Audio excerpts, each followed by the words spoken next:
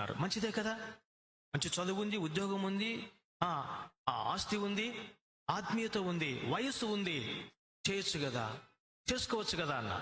ఆయన అన్నాడు, చేసుకోవచ్చు కదా అంటే, నేను చేసుకోకూడదు అన్నాడు. ఆ షాక్డ్.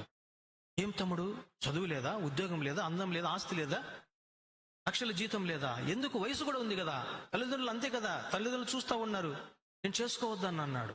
ఏమైందంటే, నేను రక్షణ పొంది పరిచర్లో కూడా ఉన్నా, అది అందరికీ తెలుసు, మీకు కూడా తెలుసు. అవునన్నా, కానీ ఎవరికి తెలియకోకుండా నేను పాపం చేసిన, నేను వెళ్ళకూడని చోటికి వెళ్ళానన్నా, చేయకూడని పని చేసిన, నాకు అప్పుడు తెలియదు. సడన్ గా నేను సిక్ అయిపోయా, హాస్పిటల్కి వెళ్ళా, ఇన్వెస్టిగేషన్ చేశారు. నా లోపట ఒక రోగం ఉంది. ఈ రోగముతో నేను పెళ్లి చేసుకుంటే రోగం నా భార్యకు వస్తుందంట, పుట్టబోయే పిల్లలకు వస్తుందంట. అందుకని వేరే వాళ్ళ జీవితం నేను